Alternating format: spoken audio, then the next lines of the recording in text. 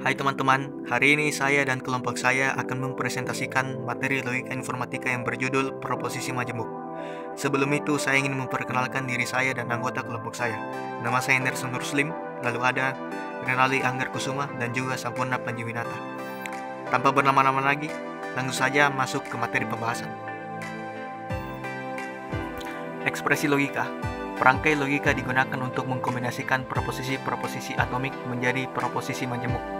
Ekspresi logika adalah proposisi-proposisi yang dibangun dengan variabel-variabel logika yang berasal dari pernyataan atau argumen. Setiap ekspresi logika dapat bersifat atomik atau majemuk, tergantung dari variabel proporsional yang membentuknya bersama perangkai yang relevan.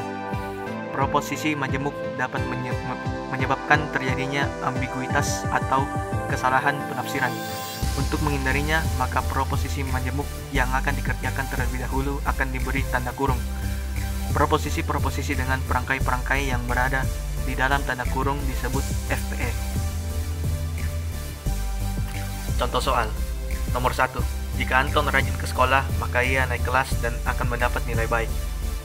Pernyataan tersebut dapat diubah menjadi variabel proporsional. A.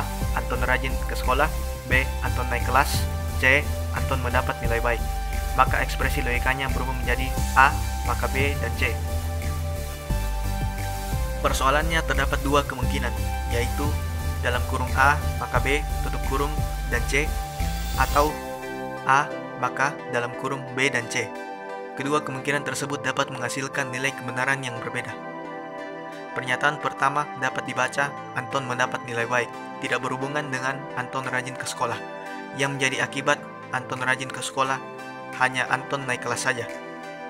Pernyataan kedua dapat dibaca, Anton naik kelas dan Anton mendapat nilai baik merupakan akibat dari Anton rajin ke sekolah.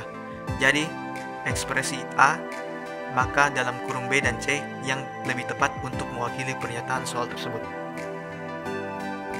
Soal kedua, jika Anda mengambil mata kuliah logika dan Anda tidak memahami proposisi, maka Anda tidak lulus mata kuliah tersebut.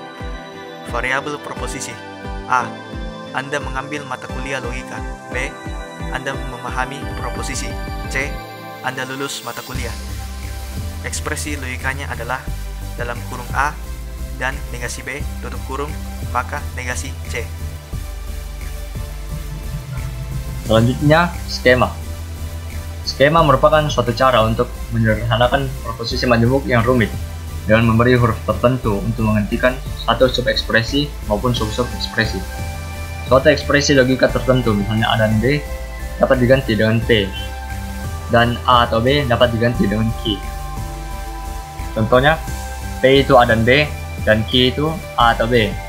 Maka dapat ditulis jika P maka Q, sama dengan jika A dan B, maka A atau B. Skema untuk contoh ini adalah seperti berikut. Contohnya, jika rakyat tidak melaksanakan protokol kesehatan, korban COVID-19 akan semakin bertambah dan ekonomi pun hancur. Tetapi, jika rakyat melaksanakan protokol kesehatan, korban COVID-19 akan berkurang dan ekonomi pun akan membaik. 1.1. Jika rakyat tidak melaksanakan protokol kesehatan, korban COVID-19 akan semakin bertambah dan ekonomi pun hancur. 1.2. Jika rakyat melaksanakan protokol kesehatan, korban COVID-19 akan berkurang dan ekonomi pun akan membaik. Kedua skop di atas masih merupakan proposisi majemuk dan dapat dipecah lagi. Untuk skop 1.1 dapat dipecah menjadi 1.1.1. Jika rakyat tidak melaksanakan protokol kesehatan. 1.1.2. Korban COVID-19 akan semakin bertambah dan ekonomi pun hancur. Kalimat 1.1.2 dapat dipecah menjadi 1.1.1. Korban COVID-19 akan semakin bertambah. 1.1.2.2. Ekonomi pun hancur. Skop 1.2 dapat dipecah menjadi 1.2.1. Jika rakyat melaksanakan protokol kesehatan. 1.2.2. Korban COVID-19 akan berkurang dan ekonomi pun akan membaik. Kalimat 1.2.2 dapat dipecah menjadi 1.2.2.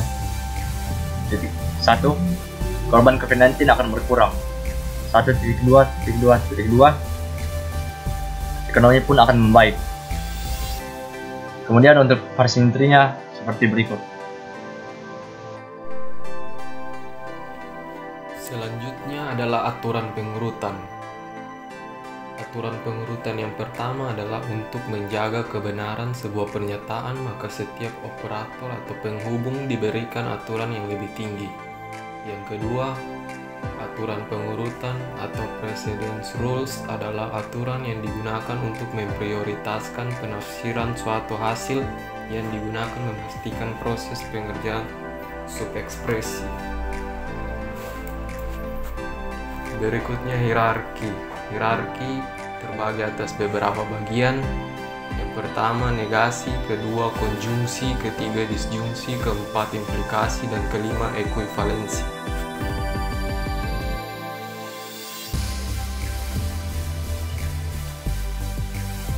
Konversi inverse dan kontraposisi.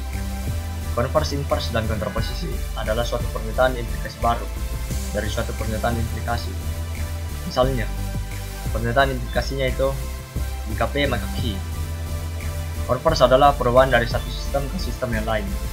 Pernyataan jika Q maka P disebut konverse dari jika P maka Q. Inverse adalah pembalikan suatu susunan dari susunan yang lazim.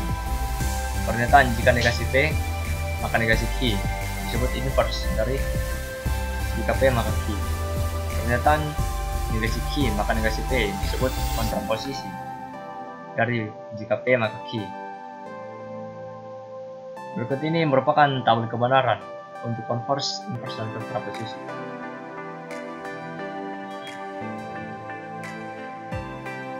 Dari tabel di atas diperoleh implikasi ekuivalen dengan kontraposisinya, atau dapat ditulis jika P maka Q ekuivalen dengan jika negasi Q maka negasi P.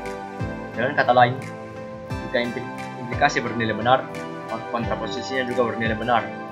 Atau jika implikasi bernilai salah, maka kontraposisinya juga bernilai salah. Konverse suatu implikasi ekuivalen dengan inverse, atau dapat ditulis jika Q maka P ekuivalen dengan jika negasi P maka negasi Q. Contoh nomor 1, jika harga BBM naik maka harga beras naik. Misalnya P itu harga BBM naik dan Q itu harga beras naik.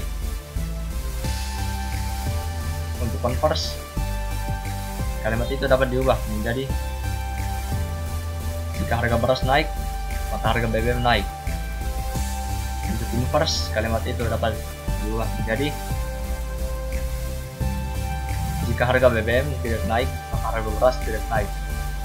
Untuk kontraposisi, kalimatnya menjadi jika harga beras tidak naik maka harga BBM tidak naik.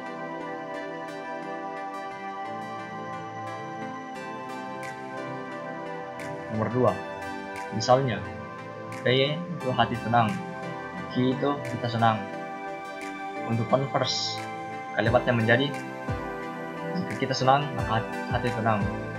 Untuk inverse, kalimatnya menjadi jika hati tidak tenang maka kita tidak senang. Untuk kontraposisi, kalimatnya menjadi jika kita tidak senang maka hati tidak tenang. Demikian presentasi dari kami, kurang dan lebihnya mohon dimaafkan. Terima kasih.